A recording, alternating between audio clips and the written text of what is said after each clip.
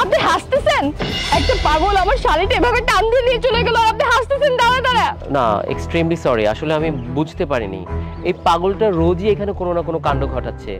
That's why আমি হাসছিলাম। ও যে আপনার শাড়ি টান দিয়ে নিয়ে দৌড় দিয়ে পালিয়ে গেছে সেটা আমি বুঝতে পারিনি।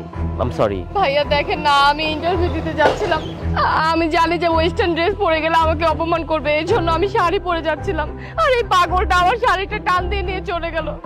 আমি এখন ইন্টারভিউ দিতে কিভাবে যাব বলেন ভাইয়া? না, আমি বুঝতে পেরেছি ইন্টারভিউটা আপনার জন্য খুব ইম্পর্টেন্ট।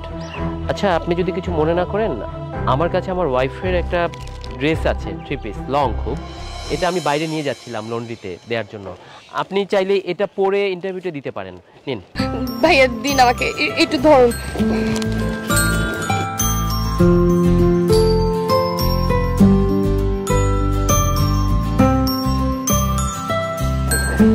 ভাইয়া আপনাকে অনেক ধন্যবাদ ভাইয়া। Thank you. আপনি কোথায় যাচ্ছেন? ভাইয়া আমি অর্ক মাল্টিমিডিয়া ইন্টারভিউ দিব। অর্ক মাল্টিমিডিয়ায়? আমিও সেখানেই যাচ্ছি, চলুন একসাথে যাওয়া যাবে। হ্যাঁ চলুন।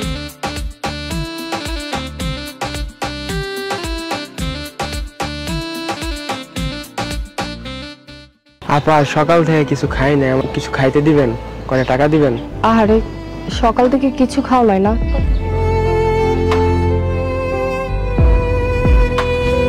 না, এই টাকাটা রাখো। এ কি তুমি এই রোদের মধ্যে, রাস্তা গরম, তারপরে ময়লা, খালি পায়ে যাওয়ার রাস্তা কষ্ট হয় না? কি করবো আপা, আমি তো খাওয়ানোর টাকা পাই না, রাস্তায় যে হাট মুজু তা কিনবো, টাকা তো হয় না আপা।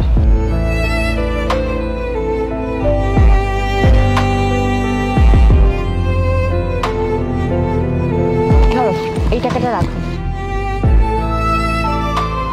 এটা দিয়ে জুতা কিনে নিও। আপুর কাছে এখন আর বেশি একটা টাকা নেই, যার কারণে তোমাকে খুব অল্প টাকা দিলাম, যদি থাকতো তোমাকে আমি আরো টাকা দিতাম।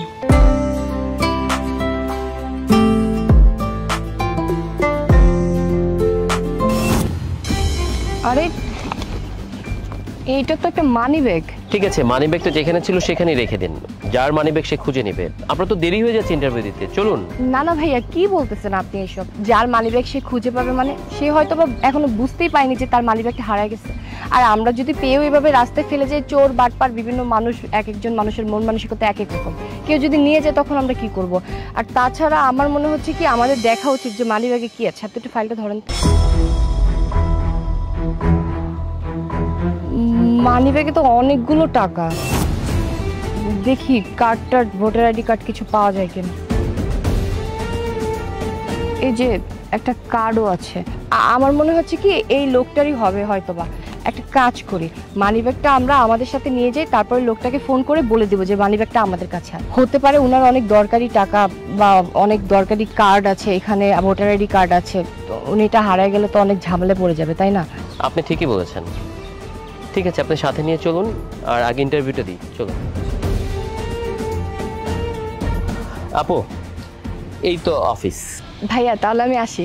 না, আপনাকে ভেতরে যেতে হবে না। কিন্তু ভাইয়া কেন?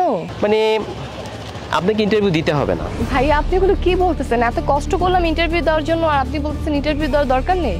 কারণ ইন্টারভিউ ছাড়াই আপনার চাকরি হয়ে গেছে। ভাই আমি তো ইন্টারভিউ দেইনি, আমার তো ইন্টারভিউ হয়নি, তাহলে আমি সিলেক্টেড কিভাবে হই? কিছু ইন্টারভিউ আছে একদম অফিসে ঢুকে বসের রুমে বসে দিতে হয়, তা কিন্তু নয়।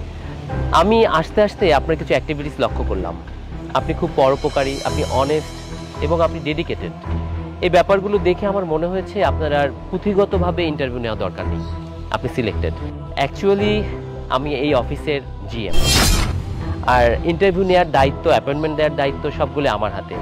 আমি আপনার অ্যাক্টিভিটিস দেখে খুব হ্যাপি। আমি মনে করি আপনি আমার এই অফিসে জয়েন করলে আমার অফিসের জন্য বেটার। ভাইয়া আপনাকে অনেক ধন্যবাদ, আপনি অনেক ভালো মানুষ। ঠিক আছে, ভালো থাকবেন। আপনার অ্যাড্রেস অনুযায়ী আপনার অ্যাপয়েন্টমেন্ট লেটার চলে যাবে।